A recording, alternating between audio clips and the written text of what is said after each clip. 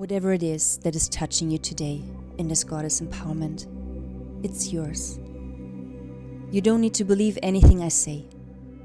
Just believe what touches you, what you already know deep inside. And now just focus on your body.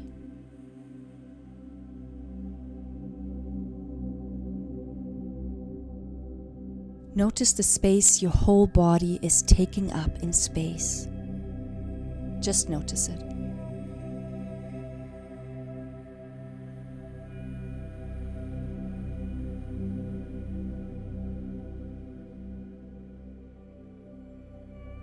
Notice the space your energetic body is taking up in space.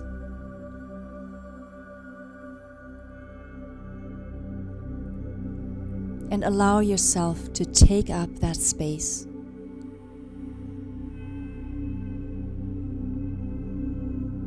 You're not apologizing for it. Own your space. Own being you.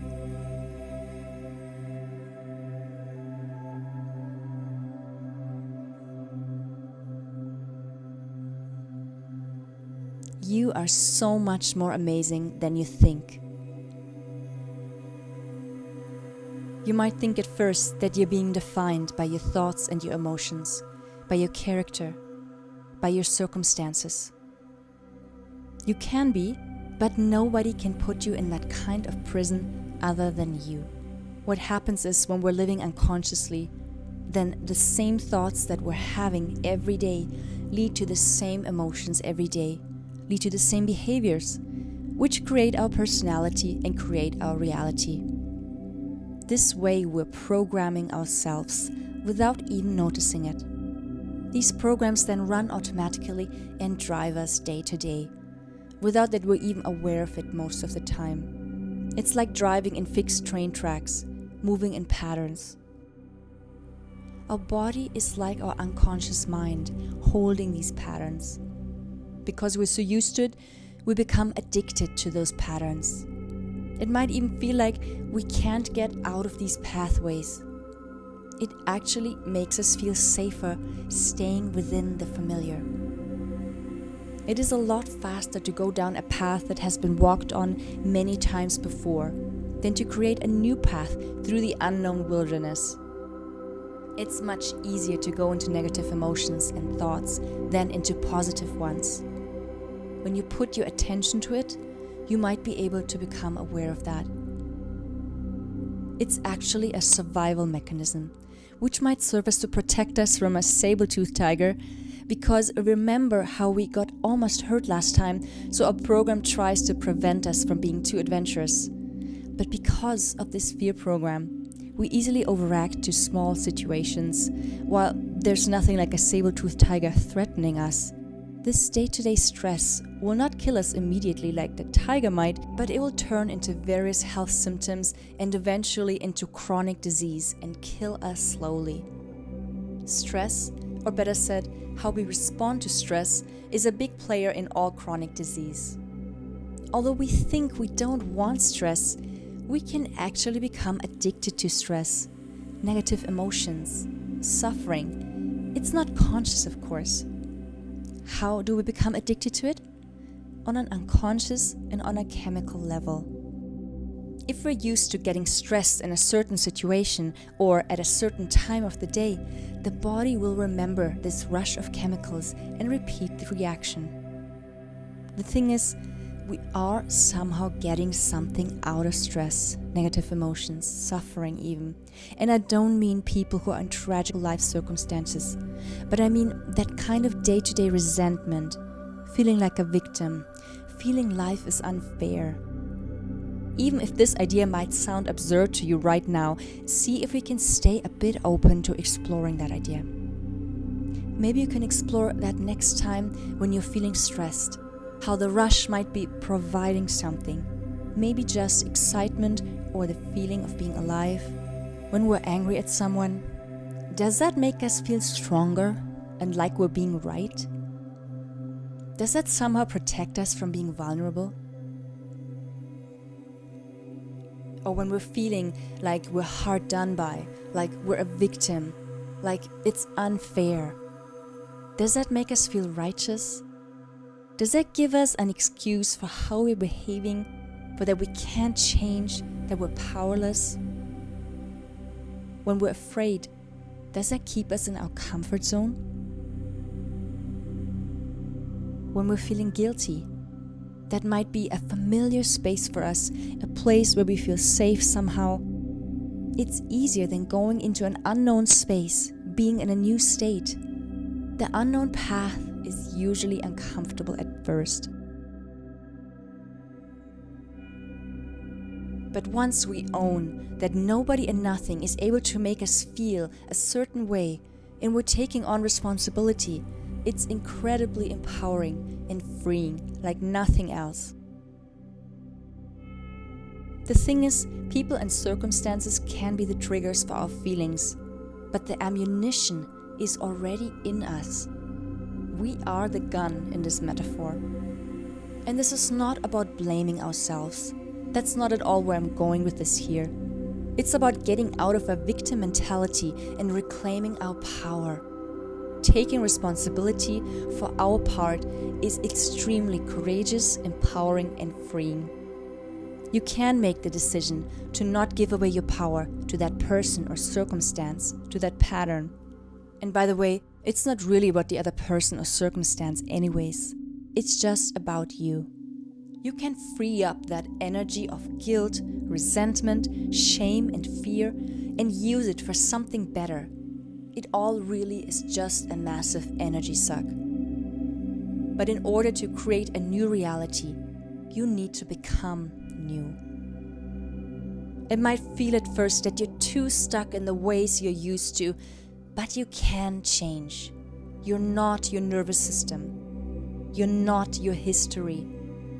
You're not what has been done to you. If you think you can't do it, imagine lightning in the sky coming down to hit you if you do it, if you react, if you go down a certain pathway. Would you stop then? You definitely would and could. It's just uncomfortable at first. Change requires being uncomfortable.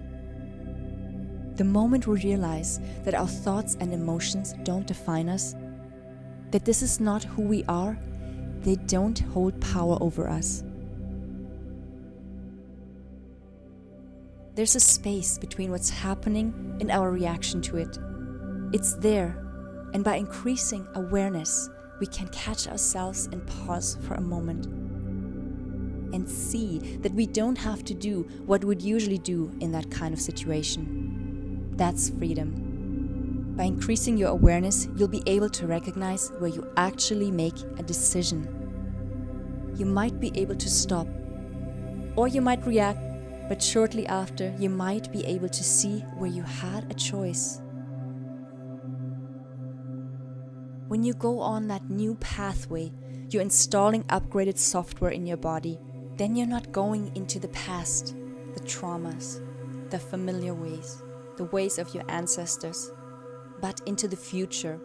You're bringing newness. If you practice this for a while, the software will become hardware and it will get easier. I'd like you to take a moment and close your eyes if they're not closed yet, and rehearse what you're going to do next time in a situation where your kids or husband or someone at work are triggering you. Imagine how you could be a little bit different than from how you would usually react. It doesn't have to be perfect, so to say. It could be a slight shift.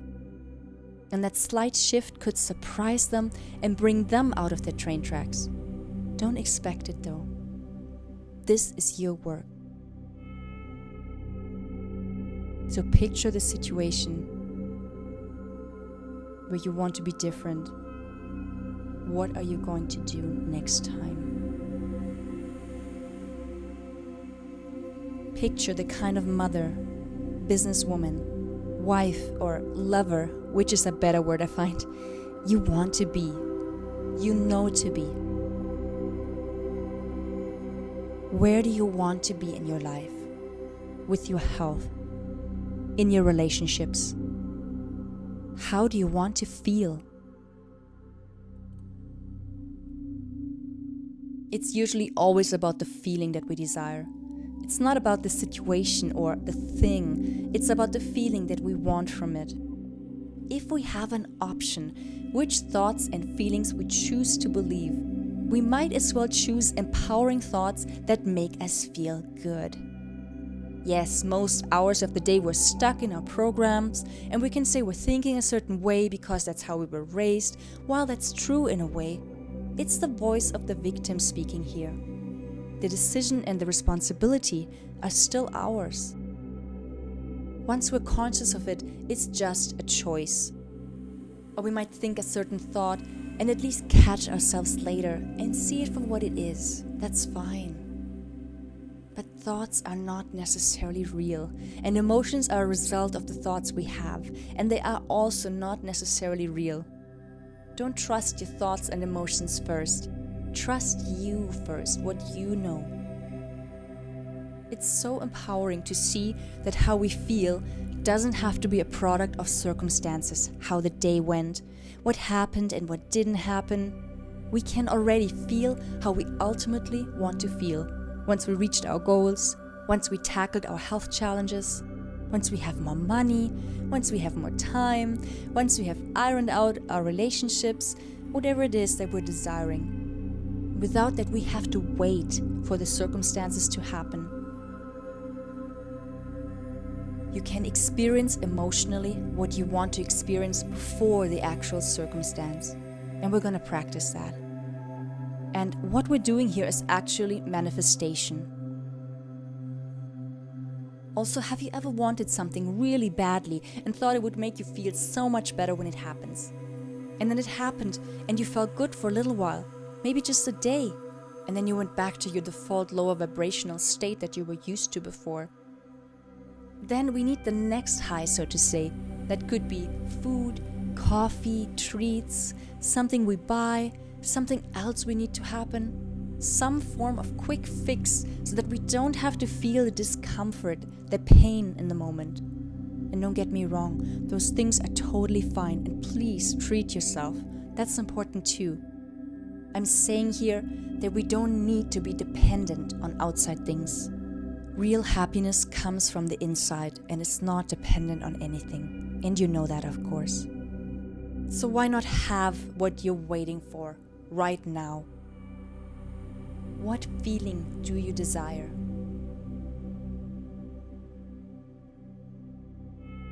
Do you want to feel free, inspired, energized, empowered? You want to feel love?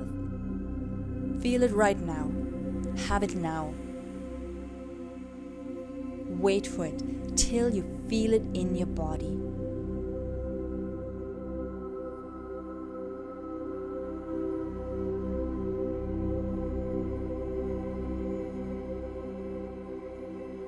Embody it. You might just get a tiny glimpse of a small sensation, of an inner knowing at first, and that's okay. Keep on relating to it. It'll grow. Your body doesn't know the difference between a real stressful event like being chased or attacked, for example, and imagining it in your mind. And how often do we feel chased or threatened in daily life just by stressful thoughts we're having? So this is literally making us sick and keeping our vibration and energy low. So you might as well use that same mechanism and imagine good things happening. And how often do we feel chased or threatened in daily life just by stressful thoughts we're having? And this is literally making us sick and keeping our vibration and energy low. So you might as well use that same mechanism and imagine good things happening, things working out for you. Why do we always go to the worst case scenario? Oh yeah, that's that protection mechanism we talked about before. But why not picture things to work out for us? Yes, we're scared to be disappointed. However, if the thing you want to happen doesn't work out in the end, you're not dependent on it making you happy anymore. Also, difficult things in life often leave us being stronger and more evolved. It really depends on our perspective and our story about it. We might not understand at the time why something difficult had to happen. Later, we often see how it led to something else and at least how it helped us grow. But so often we picture a worst-case scenario and it doesn't happen. While we've worried ourselves sick about it for quite some time. So unnecessary.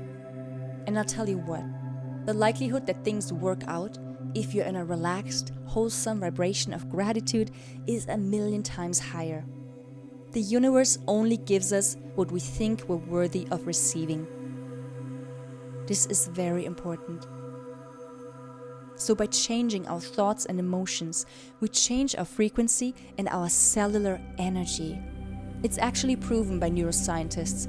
This is not some new age woo-woo. This is helping nerve cells firing and wiring together again. While negative thoughts and emotions inflame our body, lower our immune system, suppress cell activity, make the body hold on to toxins and excess weight, attract harmful bacteria and parasites, even certain type of people or situations in our life. You don't have to be true to your feelings anymore. Yes, acknowledge them. Feel it. It's important to feel it, but don't become it. It's not you. Take your power back. If you're giving your power away to reactions, emotions, negative thoughts, old stories, it's like letting parasites suck you dry so that you're left without life force, without energy. But these parasites, how I call them in my analogy here, actually can't do anything to you. If you shift your inner environment, your frequency, your energy parasites actually don't like that kind of environment. They don't like that kind of host, and they will leave. It's not about killing the parasites.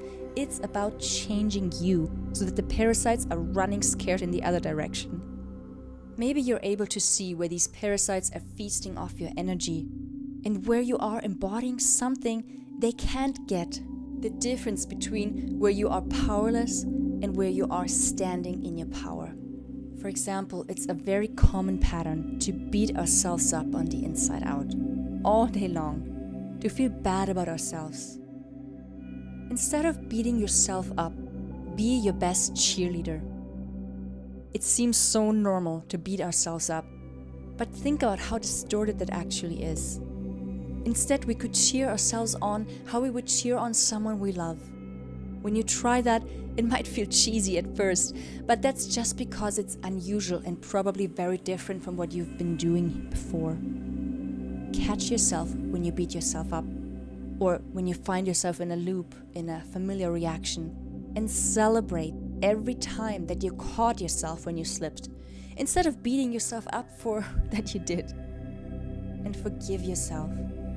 It's not a failure. It's not a mistake. It's not your fault. The difficulty we're in, including our own makeup, it's not a failure. It's actually a privilege. We came here for evolution, and evolution needs difficulty. Try to notice, where are you being extremely hard on yourself? Where do you judge yourself? Where do you not like yourself maybe? And say on the inside or out loud, stop beating yourself up. Stop talking to yourself and about yourself in a mean way. Would you be so hard on someone else? On your child? You are in your care. You are your own parent. And how you are a compassionate parent to your child, you can become a compassionate parent to yourself. Don't expect yourself to do right away what it cannot do yet. It's a journey. On an emotional level, yourself might be more like a 3-year-old. At least that's where most people are at. You need to raise yourself patiently and kindly, and try to look at yourself through your children's eyes. They love you unconditionally. They see you. Let them love you. Bathe in it. Have it. They don't need or even want you to be perfect. If you relax into your own imperfectness, they can relax into theirs. And try exploring just for fun to start liking yourself. See where you have the energy of not liking in your day. Try turning it around and start liking instead, just out of curiosity. It's not about convincing yourself or willing yourself into it. This has nothing to do with strength or willpower. This has everything to do with a deep inner knowing that you already have. It's about finding the little things which you are already liking. And maybe ask yourself next time when you are in an uncomfortable situation, how could I enjoy this? You can like and enjoy right now if you choose to. You can have right now if you choose to. Mama, it's okay to receive. You are allowed to simply receive without working hard first, without earning it first. Receive abundance, health, energy, freedom. Instead of needing it, just open to it. You don't need to try so hard. You never needed to. If you feel skeptic about this, find the reasons for that this will work. That you can increase your energy. That you can get your health back. That you can lose the weight. That you can be joyful. That you can be what you desire to be. That things will work out for you. The mind needs data. We're so used to feeding it data to prove the negative, why things won't work out. Why not prove the positive and manifest it this way? Find the reasons why it will work. Let's overcome our addiction to the negative. When you're feeling it, your body thinks it's happening. Your body is believing it. When you're embodying it, you're manifesting your own future. Whatever it is you're embodying, it's like a self-fulfilling prophecy. Let go of your addiction to relating to lack. Stay in the vibration of joy and gratitude. Find something you can be grateful for right now. Feel it. What you're sensing now could be really small. Don't wait for the big stuff. Find the small stuff. But feel it, give it form, and it will grow. If you think you can't do this, imagine yourself as a lioness fighting for your lion cubs. You wouldn't let yourself be defeated. Let go of your addiction to your doubts. Instead of being committed to your doubts, be committed to victory. All the potential already exists. Everything already exists. When you believe in that tiny little bit that you already know in your heart, you're changing your electromagnetic field to match a different reality. You're giving it your form. You're giving it your space. And you become that. Do you know what the secret ingredient is? You. The real you. It's all in you, that creative life force. When you feel stuck in certain emotions, loops, patterns, you might find it helpful to remember that it's actually just chemistry. It's just energy. It's just form. And you are greater than the form you're in. You're not defined by that. It's not even real. It's just actual. So what is real? Real is where everything comes from. Form. Particles, space, from the unseen, the formless, pure potential. And from there, anything is possible. This is what gives spirit to your body. This is what you are. And as I say it, you can actually notice that you already know that deep inside. Even if your mind might show some resistance. You don't need to believe in a God. Just open yourself up to possibility within yourself. You are what you are longing for. You might be getting a glimpse of that goddess within right now. Or you might be experiencing a whole stream that you are taken by, and you're riding that wave and you're just going for it. You can't stop searching. Find what you already know within when you're relaxed and clear and rest in your heart. Bring on what you know from the quietude of your heart. Bring on that goddess, that queen, that Wonder Woman, or whatever it is you relate to. When you give it form, it can have form. It might feel like love. It might feel like a special energy you know in your heart, a frequency. It might feel like a flow of intimacy and sexuality. Let it shine through. Stand in your beauty, mother, lioness, lover, queen, goddess, Wonder Woman, and relax into receiving. There's a power in you that loves you more than anything. The challenges are there for you. They're designed for you so you can grow. You can ask, source, anything. When you're not feeling it, when you feel you can't access it, it's just filters that block you from seeing. It's okay. You don't have to take those seriously. You don't have to believe those. It's really just the matrix. It's a program in your nervous system. By changing what we're relating to on a daily basis, for example, gratitude and fullness, instead of resentment and lack, we're not just reprogramming ourselves, we're actually leaving the program. Let yourself be mastered by love, by what you are, instead of the program.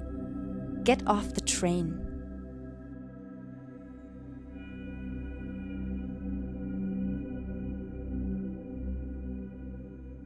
I love this saying. There are two bears inside us. Which one lives? The one you feed.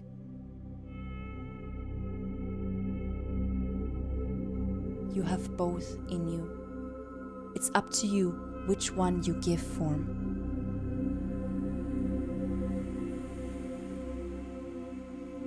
It is done. Just have it. Say thank you. Feel it. Enjoy.